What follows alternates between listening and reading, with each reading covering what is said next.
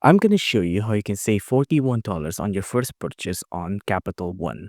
Now, if you go to their actual website here called CapitalOneShopping.com, you can see we can have a lot of deals here. Like, for example, $48, we can get it a price cut of $48 from $70. We can get a lot of price cut here from 60 to 55. We can even get a price cut from $600 to $318 here for a laptop here.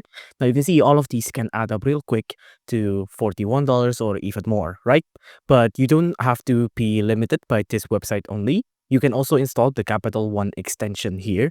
Now, as of my knowledge right now, the Capital One extension for Chrome is not available. Maybe it's done for maintenance.